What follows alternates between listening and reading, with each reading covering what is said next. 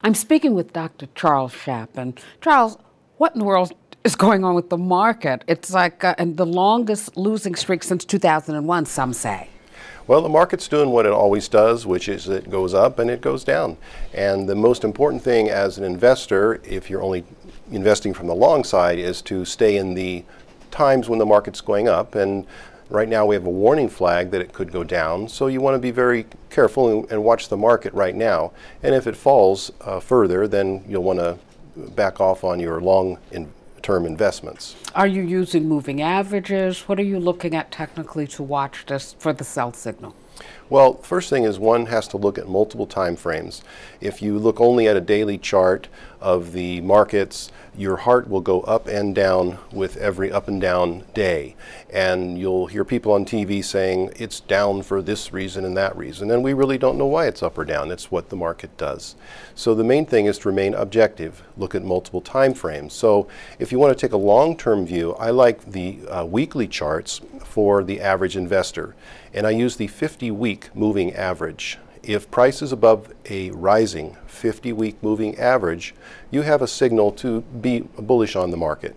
If price falls under the 50 moving average, and if the average begins to decline, then we're heading into a bearish segment. How about for the short-term trader? What multiple time frames would you suggest they look at?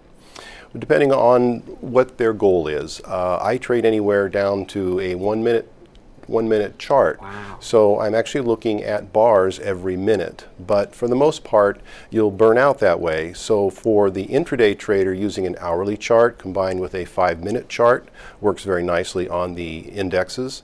And the commodities tend to be similar, although a 10-minute chart works well on those. Do you look at the first hour and the last hour of trading differently from the middle of the day? Absolutely. The market has specific times when it does certain things. For instance, the people that are working on the floor and at the markets, or even at home in their computers, with their computers, have to take a lunch break. So from 12 to 1 or 1:30, the markets are generally trendless and quiet.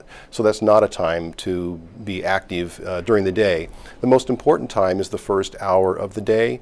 During the first hour, the market establishes usually a high and low for the day, high or low, and then it also establishes its direction for the day. And in the closing hour, we call that the pro hour or the strong hand hour. This is where the market is marked up or down as to the wishes of the bigger, stronger hands in the market, and it tells its actual final statement on the day. Charles, thanks for stopping by. Well, it was a pleasure. Thank you very much. I've been speaking with Charles Schaap. You're watching the MoneyShow.com video network.